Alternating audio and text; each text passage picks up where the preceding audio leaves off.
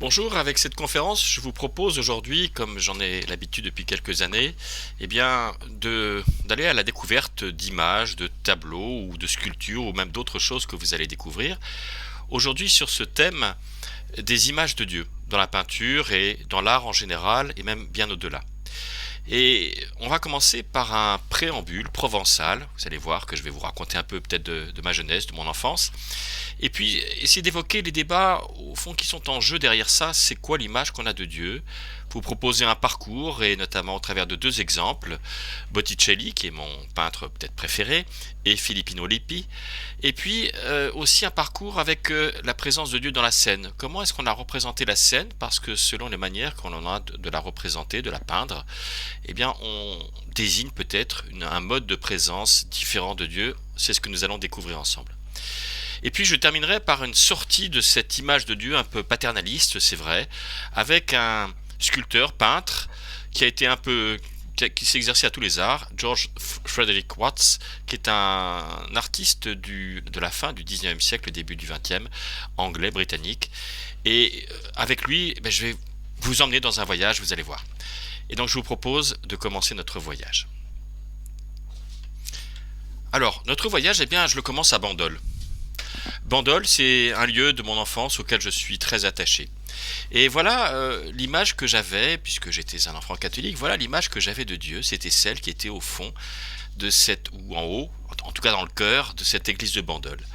Avec, vous voyez, ce Dieu très classique, bon, je ne commande pas la qualité artistique de la fresque, néo-kitsch, allez, on va l'appeler comme ça, mais avec ce Dieu dont vous voyez sur la partie droite qu'il est un mélange, en tout cas c'est comme ça que je le percevais, un mélange de Père Noël, de grand-père et de Père Fouettard, entre autorité, menace et quand même gentillesse.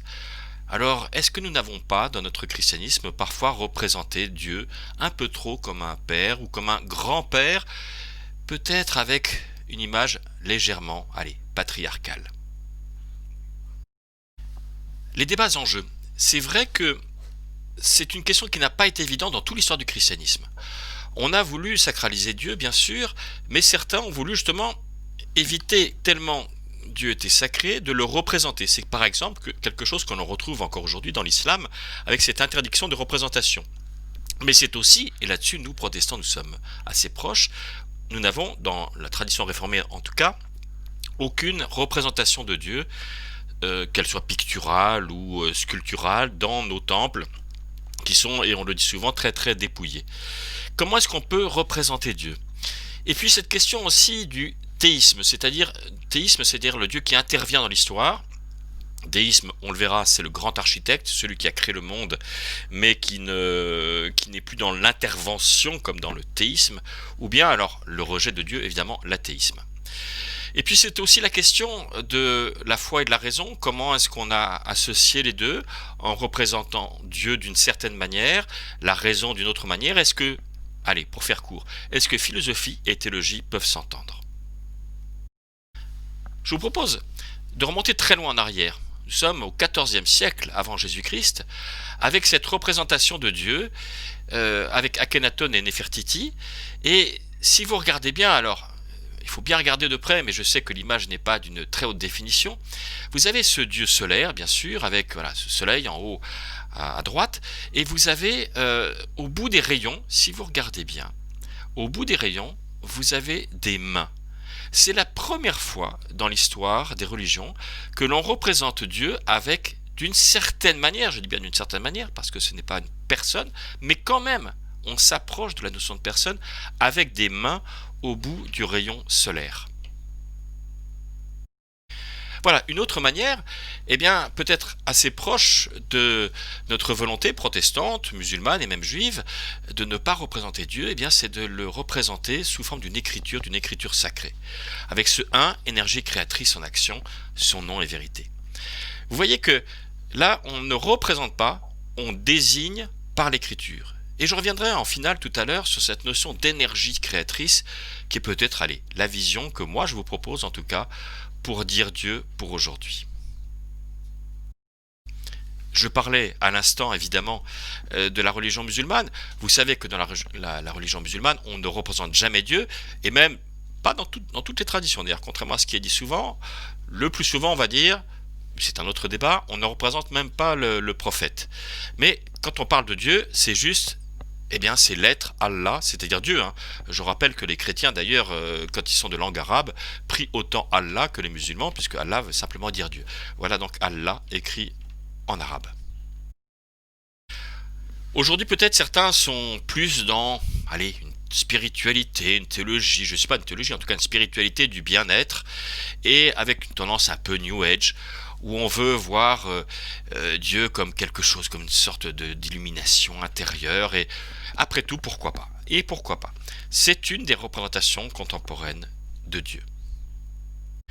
Nous suivons toujours notre histoire, nous revenons en arrière, nous sommes en 850, avec ce sacramentaire de Drogon, où l'on voit pour la première fois dans l'histoire des représentations chrétiennes quelque chose qui s'apparente à un Dieu personne. Vous voyez que j'ai entouré de rouge, en haut à droite, cette main de Dieu.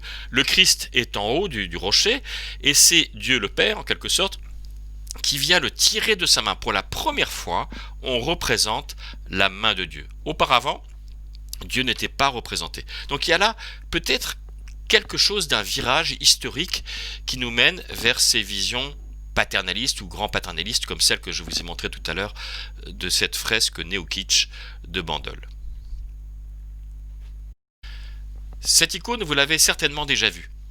D'Andrei Roubliev, la Trinité, qui date donc du XVe siècle, où d'ailleurs celui qui a peint cette icône s'est inspiré des 3 visiteurs à Abraham qui vont annoncer à Sarah qu'elle aura un enfant et qu'ils auront ensemble un enfant alors que normalement ils n'avaient plus l'âge d'en avoir. Et l'auteur, le peintre, l'artiste s'est inspiré de cette histoire de l'Ancien Testament pour désigner la Trinité. Donc là, on a bien la représentation de Dieu sous forme de personnes, et en l'occurrence en valorisant la Trinité, eh bien de 3 personnes, d'ailleurs au visage quasiment, alors vous pouvez bien sûr trouver des petites différences, mais quasiment identiques. Donc un Dieu en 3 personnes.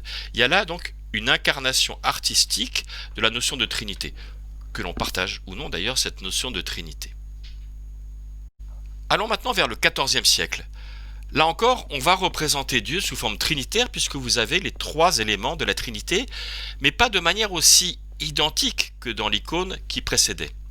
Vous voyez que là, on a Dieu le Père, qui d'ailleurs est, on le reverra dans un autre tableau, surdimensionné par rapport au Christ qui est ici en croix, avec même le sang qui coule de son côté, et vous avez sans doute remarqué le Saint-Esprit qui se situe entre les deux sous la forme d'une colombe que l'on retrouvera dans beaucoup de représentations de Dieu sous la forme trinitaire. Voilà encore un exemple. Nous sommes toujours au XVe siècle avec effectivement, vous voyez, ces 3 notions avec en quelque sorte l'annonciation, puisque là il s'agit bien de l'annonciation, mais Dieu est déjà présent, l'Esprit est déjà présent.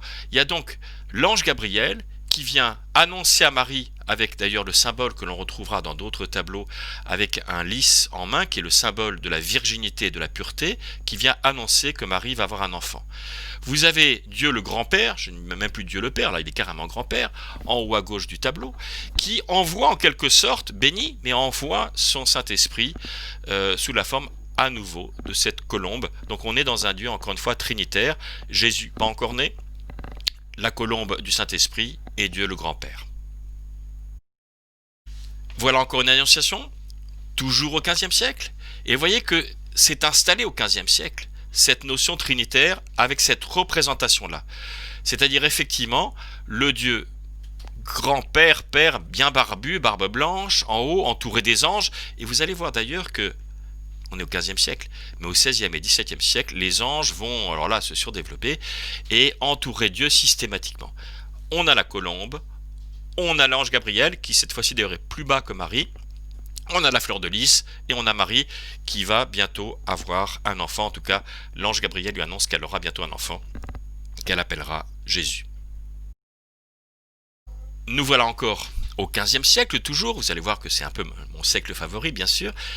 Là encore, on a, mais alors de manière très différentes, représentées. Alors c'est un des tableaux qu'on appelle le couronnement de la Vierge. Bon, c'est pas mon thème favori, vous l'imaginez comme théologien protestant. Mais c'est intéressant de voir comment Dieu est représenté. Parce que vous avez d'une part, sur la partie haute, alors tous les anges, encore une fois, à droite, à gauche, vous avez reconnu, et puis ensuite les apôtres, et puis même les évêques et les papes sur la droite, etc. Donc vous avez une sorte de hiérarchisation, mais vous avez en haut ce Saint-Esprit qui vient sur la Vierge avec la couronne, donc le Saint-Esprit, la couronne, mais vous avez ce double Dieu, donc Dieu sans doute Père et Fils, mais là ce qui est original, c'est qu'ils sont représentés de manière identique, exactement au même âge, comme s'il s'agissait de deux hommes, et d'ailleurs d'âge plutôt jeune par rapport à ce que nous avons vu auparavant. Et en même temps, dans le bas du tableau, vous avez la fresque de la crucifixion, vous avez cette peinture qui montre effectivement ce Jésus en croix. Donc on est là dans une représentation un peu plus complexe, avec un Dieu trinitaire, mais avec deux personnes plus la colombe, on va dire, et puis ce Jésus crucifié en bas qui désigne le Christ Jésus. Ah, cette fresque, évidemment, vous l'avez déjà vue. Si vous êtes allé d'ailleurs dans la chapelle Sixtine, c'est sur le plafond de la chapelle Sixtine, c'est la création du monde par un Michelangelo. Et vous avez ce Dieu qui frôle. Vous savez que d'ailleurs ça a inspiré le geste de ce fameux film de E.T. Phone Home, E.T. téléphone maison. Mais là, vous avez ce Dieu, alors là, c'est pas un Dieu grand paternel comme on l'a vu, mais si un peu. Mais c'est un Dieu de force, donc on est là dans le mélange, et on est typiquement à la Renaissance, 15e, 16e siècle, on est typiquement dans ce mélange du Dieu paternel et du Dieu un peu Zeus, un peu Jupiter, un peu dans la puissance, dans la musculature. Et vous voyez d'ailleurs que Dieu le Père tient dans son bras, il tient dans son bras gauche, il tient en fait Ève, qu'il va bientôt présenter à Adam, qui est au sol et qui va bientôt découvrir Ève, c'est-à-dire la femme. Je rappelle que Adam et Ève ne sont pas des prénoms, mais Adam veut dire simplement l'homme tiré de la terre et Ève la femme. Et donc là, vous avez effectivement une représentation qui commence à allier la notion de puissance et la notion de grand paternalisme, voire de paternalisme. Voilà encore une représentation, et je vous disais qu'au XVIe siècle, on allait arriver avec les anges. Et le XVIIe, c'est pire. Dans cette annonciation, eh bien, vous avez effectivement ce Dieu représenté, entouré exclusivement des anges. Le reste a disparu. On est dans un siècle qui va développer ce qu'on appelle l'angéologie, la théologie des anges ou la foi des anges, qui va d'ailleurs se développer, reprendre de manière d'ailleurs puisée dans les traditions ancestrales, cette notion d'ange et même d'ange gardien, que l'on retrouve d'ailleurs dans des spiritualités contemporaines. Et vous avez ce Dieu qui bénit avec le geste classique de la bénédiction trinitaire, avec trois doigts montrés, et alpha et oméga, parce que, évidemment, c'est une citation du Nouveau Testament, du livre de l'Apocalypse, je suis l'alpha et l'oméga, c'est-à-dire le début et la fin. Donc vous voyez qu'on a une représentation qui va, là, accentuer de plus en plus les anges et le paternalisme. Rappelez-vous cette fresque que je vous avais montrée à Bandol au tout début, eh bien vous verrez qu'il y a là l'ancrage, le basculement vers ce Dieu qui vraiment, alors là, est un mélange de Père Fouettard et de Père Noël. Nous voilà encore au XVIe siècle. Je ne dis plus rien sur les anges, vous avez compris mon amour assez limité pour cette angéologie. Mais ce qui est intéressant, c'est de voir que ces anges, notamment celui qui est sur le tableau en haut à gauche, tient une forme de croix. Donc il est en même temps annonciateur de la mort du Christ.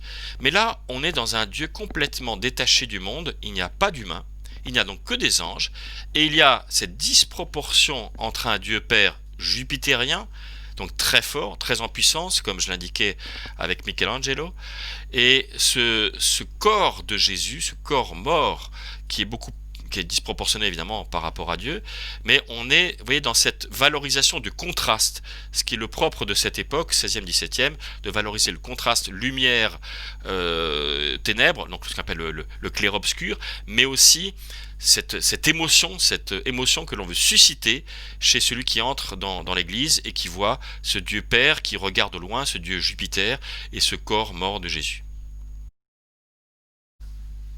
Nous voilà au 17e. 17e, on a encore les anges. Je vous l'avais dit, je vous avais prévenu, ils sont encore là, et ils sont encore bien là, surtout chez Rubens, puisque vous savez que ces anges assez potelés sont devenus une référence dans la manière de peindre les anges, avec des jolies ailes et tout, mais toujours bien potelés. Vous avez, vous l'avez remarqué tout en haut, le Saint-Esprit. Vous avez, donc on est encore dans un couronnement de la Vierge, hein. Encore une fois, un thème que je n'aime que à moitié. Mais prenons la représentation de Dieu.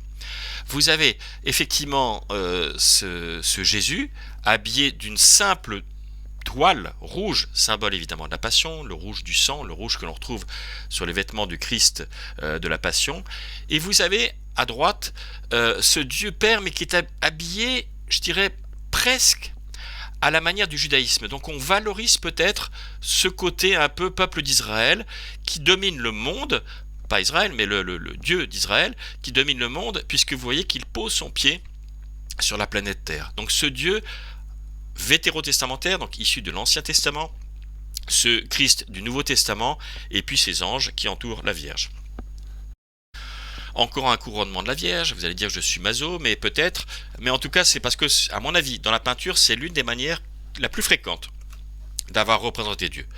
Donc là encore une fois, comme dans le tableau qui précède de Rubens, ici on est chez Velázquez, donc dans un autre univers, mais vous avez effectivement ce couronnement avec toujours le Saint-Esprit en haut, donc la colombe, en plus avec cette illumination qui vient de la colombe, et j'allais dire ces dieux, ce Jésus et ce Dieu Père, grand-père, alors là pour le coup il est arrière-grand-père, avec une petite auréole symbolique autour, très légère, mais vous pouvez la remarquer quand même. Donc on va aussi développer dans ce siècle-là la représentation de l'auréole autour des saints et autour de Dieu lui-même. Et puis toujours bien sûr en bas ces angelots avec leurs ailes et leurs jolies joues bien joufflues évidemment. Mais Velázquez, ça n'est pas que les anges. Velázquez, c'est aussi cette représentation très dramatique de Dieu, très épurée. Ce Christ en croix, où rien n'est caché, où on voit la douleur, on voit le sang qui coule, aussi bien sur ses mains que sur son côté. On voit l'inscription en 3 langues, en hébreu, en grec et en latin. Aucun décor derrière, et même le sang qui coule en bas. Aucun décor derrière, tout est noir et tout est en clair-obscur. Avec juste cette auréole, comme si, au cœur de sa mort, quelque chose d'une énergie en sortait. Donc on s'approche déjà, grâce au clair-obscur, d'une représentation qui n'est plus simplement un Dieu paternaliste, mais de la forme d'une énergie qui sort du Christ pour aller vers le monde. C'est en tout cas ça que moi je vois dans ce tableau, mais j'imagine qu'en le regardant, vous pouvez avoir bien sûr vos propres interprétations, et en tout cas c'est un tableau qui joue, encore une fois, sur le contraste très fort pour susciter l'émotion. Alors je n'ai pas résisté à la tentation de vous montrer quelque chose qui est tout à fait différent et très original, que j'avais trouvé dans mes recherches. C'est Dieu qui devient peintre, puisque c'est la Vierge de Guadalupe, et c'est Dieu peignant la Vierge. Donc la Vierge de Guadalupe, c'est un peu une tradition, mais vous avez ce Dieu qui l'a peint. Vous avez ce Dieu avec un pinceau qui est en train de peindre, avec Jésus qui regarde son Père en train de peindre. Il y a là, en tout cas, une version originale, et pourquoi pas. Et si Dieu était, ce serait intéressant à explorer comme poésie au moins, le peintre du monde. Mais bien sûr entouré comme toujours de tous ces anges, ceux que j'adore tant. Autre univers. Tout à l'heure, je vous parlais de la différence entre théisme et déisme. Le théisme, c'est la notion selon laquelle Dieu intervient dans l'histoire. Notion du christianisme classique, on va dire, mais aussi du judaïsme et de l'islam. Le déisme, développé notamment par les milieux francs-maçons, et philosophes en général d'ailleurs, c'est vraiment l'idée d'un Dieu qui est architecte du monde, qui a créé le monde et qui laisse le monde aller avec sa totale liberté là où il veut aller. Et là, vous voyez qu'on a un Dieu architecte avec les symboles de la franc-maçonnerie, puisque vous avez le compas. Et donc, vous voyez que William Blake, au XVIIIe siècle, est tout à fait dans cette mouvance d'une représentation de Dieu assez éloignée de notre quotidien. Et vous voyez qu'il se penche vraiment avec son compas pour aller vers le monde, et il mesure le monde pour le créer, mais ensuite le monde devient autonome, voire indépendant. Encore un autre univers, pour vous dire que ça a traversé l'histoire. Vous voyez qu'on retrouve ce qu'on avait vu dans les siècles lointains, puisque là on est en 1920, on est à Los Angeles, avec cette notion de ce Dieu Fils et Père. Là on distingue l'âge cette fois-ci, le Saint-Esprit au milieu, toujours le couronnement de la Vierge, et donc on a, vous voyez, cette représentation classique qui au fond a traversé les âges. Elle s'est multipliée parce qu'il y a eu, je vous l'ai montré, d'autres représentations, mais elle a traversé les âges et jusqu'au XXe siècle et sans doute au XXIe, on peut encore retrouver cette représentation dite classique. Sortons du classique. Et là, je vous laisse interpréter parce qu'il n'y a pas grand-chose à en dire.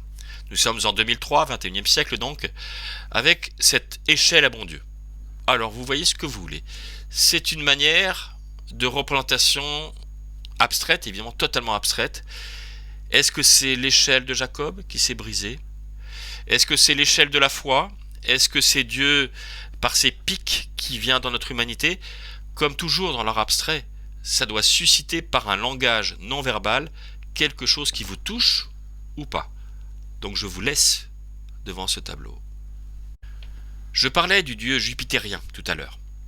Eh bien on le retrouve dans cette représentation contemporaine avec Zeus. Vous voyez cette représentation d'un dieu, d'un Jupiter, donc c'est pareil, d'un dieu très dans la puissance du regard, dans la puissance des traits, des couleurs, des contrastes, le noir, le rouge, le blanc, pour essayer d'induire cette notion de regard, de personne, mais surtout de puissance. Maintenant, je vous propose un peu autre chose dans cette deuxième partie. Sur la foi et la raison. Comment est-ce qu'on a pu concilier la foi et la raison au travers de deux exemples que je vais vous montrer. Sandro Botticelli avec l'Adoration des Mages et Filippino Lippi avec son Annonciation. Nous sommes, c'est le contexte, au XVe siècle à Florence. Ce qu'on appelle l'école de Florence, c'est l'école fondée par Laurent de Médicis, Laurent le Magnifique, qui a mis ensemble des philosophes, des théologiens, des artistes, qu'ils soient sculpteurs, poètes, bien sûr peintres comme Botticelli, et tout cela se mettant ensemble autour d'un thème, le néoplatonisme, puisque Platon, la philosophie de Platon a été redécouverte au début du XVe siècle, par d'ailleurs un hasard historique assez amusant, mais ça je vous raconterai ça une autre fois. Mais voilà, Platon a été redécouvert et on va essayer de concilier la foi et la raison, de concilier la philosophie et la théologie et la spiritualité. J'ai cité ici ces deux philosophes néoplatoniciens majeurs de l'école de Florence, Marcille Ficin et Pic de la Mirandole. Voilà donc ce tableau de l'adoration des mages. L'adoration des mages, comme toutes les nativités, les adorations de mages, sont des tableaux au XVe siècle qui représentent la scène dans un contexte, non pas du 1er siècle, mais dans un contexte évidemment du siècle du peintre, c'est-à-dire au XVe siècle. Néanmoins, il y a des éléments de décor qui montrent qu'on est en pleine Renaissance. Vous avez un mélange de deux mythologies, on pourrait dire. Vous avez la crèche sous la forme épurée de ce toit en bois, de paille, enfin comme on peut imaginer ce qu'était la crèche. Et vous avez, donc ça c'est la mythologie biblique on va dire, et vous avez aussi ces ruines antiques autour, un peu effondrées donc, mais justement avec la mythologie de l'Antiquité, puisque la Renaissance c'est bien le mélange de la mythologie biblique et de la mythologie de l'Antiquité grecque et romaine. Et vous avez ces branches qui renaissent sur ces ruines, sur la partie droite du mur de la crèche, qui disent justement un peu cette renaissance. C'est une actualisation ensuite parce que vous avez devant vous en fait les personnes présentes, ils sont d'ailleurs certains sont déjà morts, comme celui qui est en train de presque toucher Jésus, qui est déjà mort puisque c'est Pierre de Médicis. Mais donc vous avez la famille Médicis avec Laurent le Magnifique en bas, vous avez tous les philosophes dont je vous ai parlé, Pic de la Mirandole, Marcille Ficin, enfin je pourrais détailler, mais vous avez deux personnes qui vous regardent. Si vous voyez bien sur la droite, vous avez au second plan quelqu'un qui vous regarde, c'est en fait le commanditaire du tableau, et Botticelli l'a peint, qui vous regarde. C'est-à-dire que vous êtes invité à entrer, il vous regarde parce que vous êtes invité à entrer dans la scène de l'adoration des mages. Et puis vous avez sur l'extrême droite, eh bien en fait Botticelli qui s'est peint simplement lui-même, en toute humilité bien sûr. Mais je voudrais attirer votre attention sur le haut du tableau, sur la partie haute, et c'est là, pour moi, l'essentiel. Vous avez Marie qui tient Jésus, tout petit Jésus qui d'ailleurs qui a des proportions qui ne sont pas du tout des proportions de bébé, mais je passe sur ce détail. Et vous avez au-dessus de Marie, vous avez Joseph. Joseph qui se tient la tête. Un peu, je vais faire un gros anachronisme, un peu à la manière du penseur de Rodin, mais je ne suis pas si loin que ça de la vérité. C'est-à-dire que Joseph est peint comme on peignait les philosophes, et vous le verrez juste ensuite, comme on peignait les philosophes de l'Antiquité, notamment comme on peignait Platon lui-même. Contexte néoplatonisme, Joseph devient Platon. Et vous avez au-dessus, on n'en voit que le rayon, on ne voit pas l'étoile, vous savez l'adoration des mages avec cette étoile qui est censée éclairer la crèche. Vous avez ce rayon qui vient éclairer le Christ lui-même en passant par Joseph et par Marie. Marie, figure de la foi, Joseph, Platon, figure de la raison, qui sont mélangés par l'illumination divine qui arrive sur le Christ. Le Christ est le centre du tableau, le point de perspective, mais foi et raison sont désormais réconciliés dans cette représentation de Dieu. Et bien voilà, je vous le disais, voilà comment on peignait Platon. Platon, dans ce petit détail de cette immense fresque, et franchement il faut aller la voir parce qu'elle est très impressionnante, à Rome, cette école d'Athènes qui représente toutes les philosophes, les scientifiques de l'époque athénienne, et au cœur de cette fresque, encore une fois comme un centre et comme un point de fuite, vous avez Platon et Aristote, la meilleure leçon de philosophie que je n'ai jamais vue. La philosophie s'enseigne d'abord peut-être par des images, plutôt que par beaucoup de discours. Platon, le doigt tendu vers le ciel, et gardez-le en mémoire parce qu'on va le réutiliser tout à l'heure. Le doigt vers le ciel parce que Platon, c'est la philosophie de l'idéalisme. La vérité est au-delà des apparences, donc vers le ciel. Aristote, à droite, le philosophe pragmatique. La vérité, c'est dans les choses, c'est dans le sol, c'est dans la vie, c'est dans le réel, le réalisme, le pragmatisme. Voilà résumé en un coup de pinceau, enfin un peu plus que ça, toute la philosophie de Platon et d'Aristote. Alors voilà Filippino Lippi avec cette annonciation dans ce qu'on appelle un tondo, donc deux tondi, donc vous voyez ces cercles, et où l'on voit l'interpénétration de cette lumière. Et ce qui va être intéressant ici, c'est le geste de Marie. Vous voyez que de la gauche viennent ces rayons, toujours la fleur de lys bien sûr, symbole de pureté, de virginité, le rouge, symbole de la passion que porte la Vierge et l'ange Gabriel, l'ange qui est muni d'ailleurs de très belles ailes, et puis même d'ailleurs derrière l'ange vous avez cette poutre de marbre comme illuminée de l'intérieur. Certains y ont vu un symbole, je ne sais pas, mais en tout cas vous voyez cette lumière qui vient de l'extérieur, et Marie va se l'approprier. Donc on est encore une fois dans une relation d'appropriation. On n'est pas dans un Dieu lointain, dans un Dieu paternaliste, grand paternaliste. On est dans un Dieu énergie que l'on s'approprie, et Marie s'approprie cette lumière qui lui vient directement de Dieu. Deuxième exemple, après ce petit parcours, et donc ce sera ma troisième partie. Deuxième exemple, c'est comment on va représenter, comment les peintres ont représenté la scène. Et du coup, comment ils ont représenté la présence de Dieu, ou pas d'ailleurs, dans la scène. Donc, mon parti pris, c'est d'avoir une vision, une lecture décontextualisée, et en même temps recontextualisée. C'est-à-dire que les peintres, ils ont sorti souvent la scène, le dernier repas de Jésus, de son contexte biblique, et ils l'ont recontextualisé dans leur situation, dans leur époque, comme on vient de le voir avec Botticelli notamment, dans le contexte d'une nativité ou d'une adoration des mages, dans le contexte du peintre et pas dans le contexte de l'époque de Jésus. Et on va voir comment on va représenter la présence de Dieu dans ces exemples. Dans cette représentation très ancienne du XIVe siècle, vous voyez que on a alors assez classiquement les auréoles qui se sont installées, mais il n'y a pas encore la perspective, vous l'avez remarqué, petite erreur de perspective évidemment. On a le repas de la scène, mais curieusement avec certains qui portent l'auréole et d'autres pas. En tout cas, on est là à l'extérieur de ce repas, comme spectateur derrière une vitre, ou un peu... Enfin, en tout cas, nous ne participerons pas au repas. Donc là, il y a une manière de représenter Dieu, vous voyez, un peu extérieure, c'est-à-dire nous regardons, mais un peu de loin. Nous ne sommes pas dans l'appropriation, dont on vient de parler avec Marie dans cette peinture de Filippino Lippi.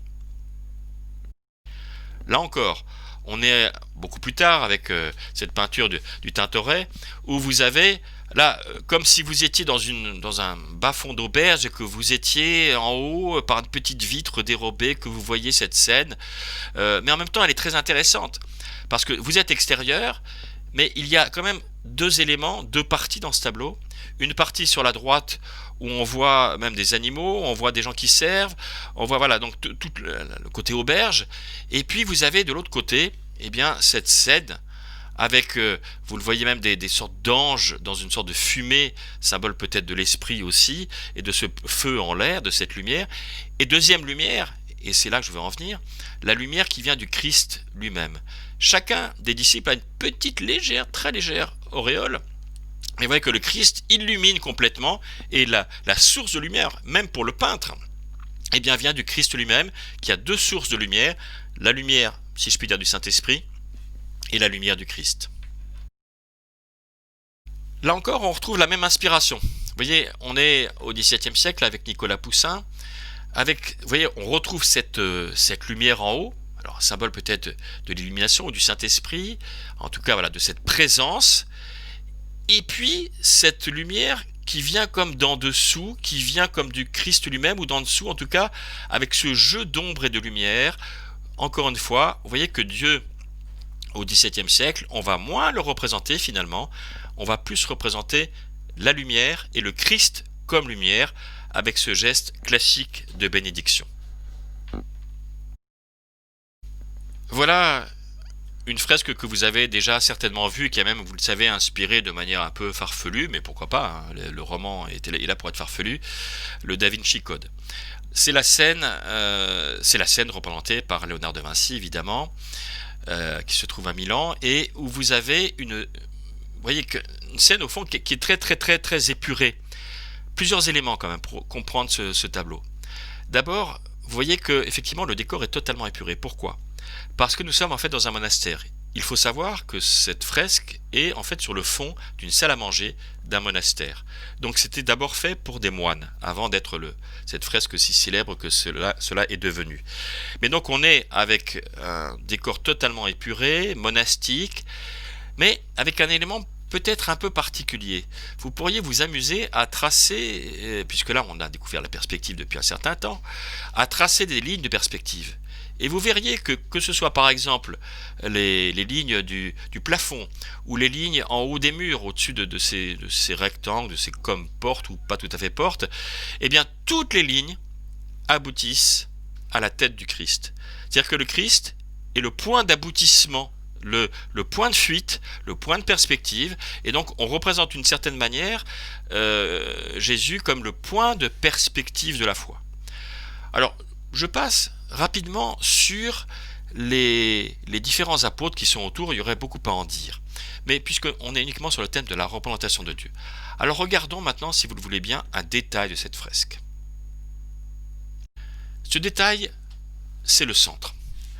Vous voyez là, Jésus, c'est l'institution de la scène, de l'Eucharistie, diraient nos frères et sœurs catholiques. Simplement, par 4 gestes, le peintre, comme tout à l'heure avec Platon et Aristote, avec ce pinceau magique, on arrive à expliquer la philosophie. Là, on arrive par 4 gestes à expliquer le sens de la scène. Premier geste. Vous avez Jésus. Jésus habillé, toujours de bleu de rouge, couleur de la passion, le rouge, bleu, couleur du ciel et de la pureté. Jésus présente le pain. Donc, il donne le pain. Il se donne, il donne. Donc, c'est d'abord un don. Juste au-dessus de sa main, vous avez l'un des disciples qui met une main qui a un geste de bénédiction. Ce pain n'est pas tout à fait du pain, il y a un geste de bénédiction qui va l'accompagner. Deuxième geste. Donc. Troisième geste, cette bénédiction va être renforcée par celui qui est au-dessus, qui va montrer le doigt vers le ciel. Vous vous souvenez d'ailleurs de ce doigt de Platon que l'on retrouve notamment chez Sandro Botticelli, qui a toujours ce doigt vers le haut, démesuré. Les peintres néoplatoniciens, c'est comme ça qu'on les reconnaît, ils ont toujours un index vers le... Enfin, ils représentent toujours un personnage avec un index vers le haut qui est démesuré, qui est bien plus grand que l'index. D'ailleurs, vous pouvez même le comparer avec l'index de celui qui bénit. Donc ce doigt, voilà, il réfère au ciel parce que la vérité est ailleurs. Le pain a été présenté, le pain est béni, le pain renvoie vers un ailleurs, vers une autre forme de présence. Et puis vous avez ce quatrième geste que l'on a déjà vu sur la droite. Ce geste de l'appropriation, comme on a vu Marie tout à l'heure dans l'annonciation de Philippino Lippi.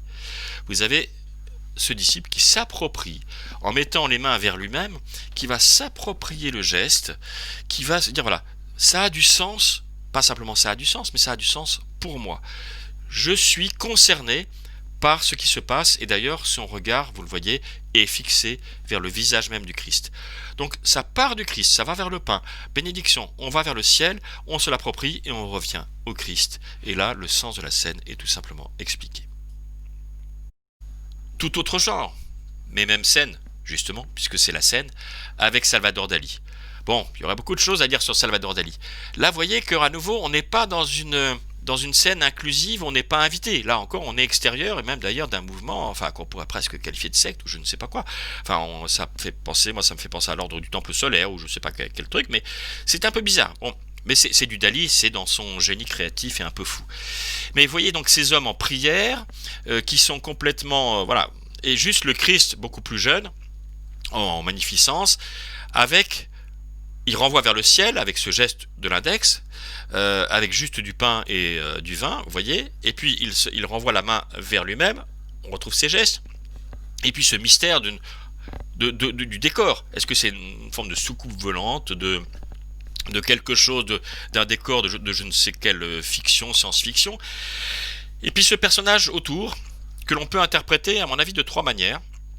Ça peut être un geste de bénédiction, je vous bénis tous. Ça peut être le Christ en croix, puisque Salvador Dali l'a aussi représenté. Donc vous voyez, avec ses bras étendus.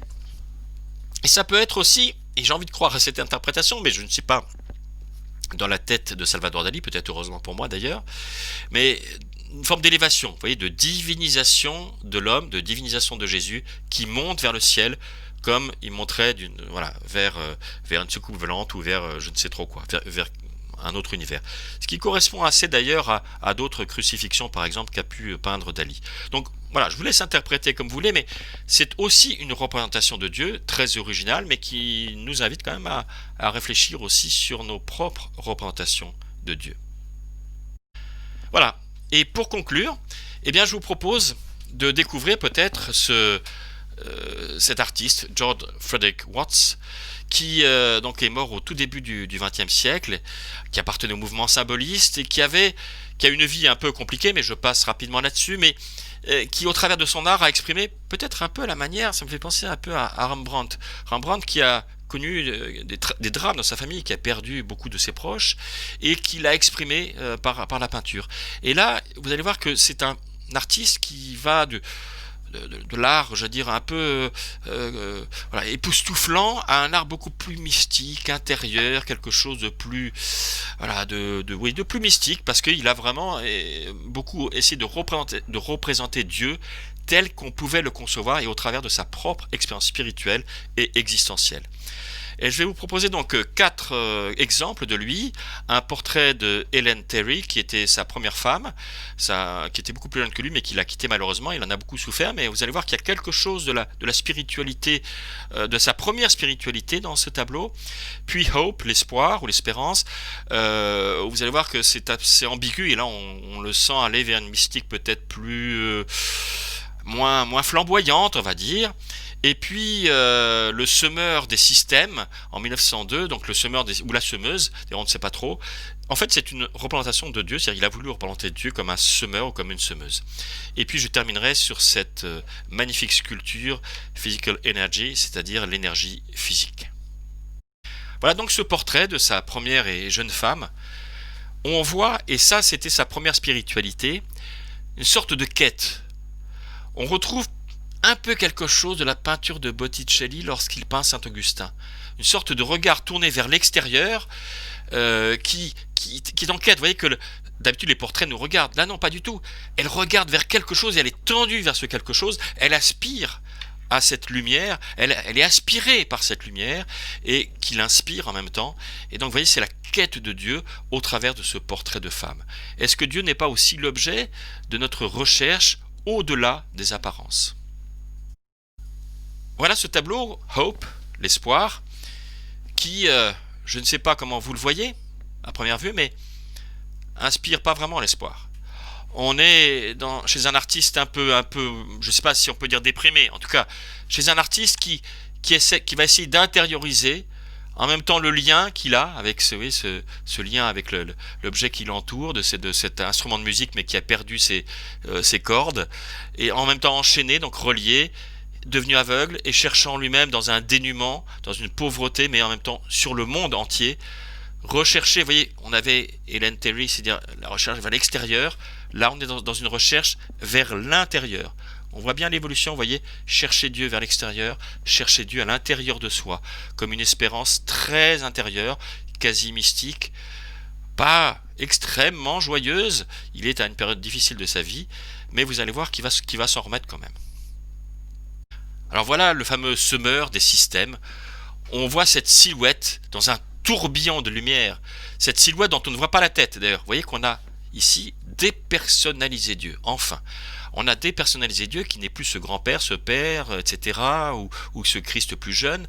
Là, on est dans une silhouette quand même un peu humaine, mais qui va vers l'extérieur, qui n'a pas de tête et qui sème une sorte de tourbillon de lumière, de tourbillon d'énergie.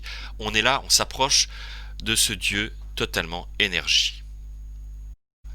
Et bien pour terminer, je vais vous montrer ces deux images de Physical Energy, c'est-à-dire l'énergie physique. C'était pour lui une représentation de la puissance.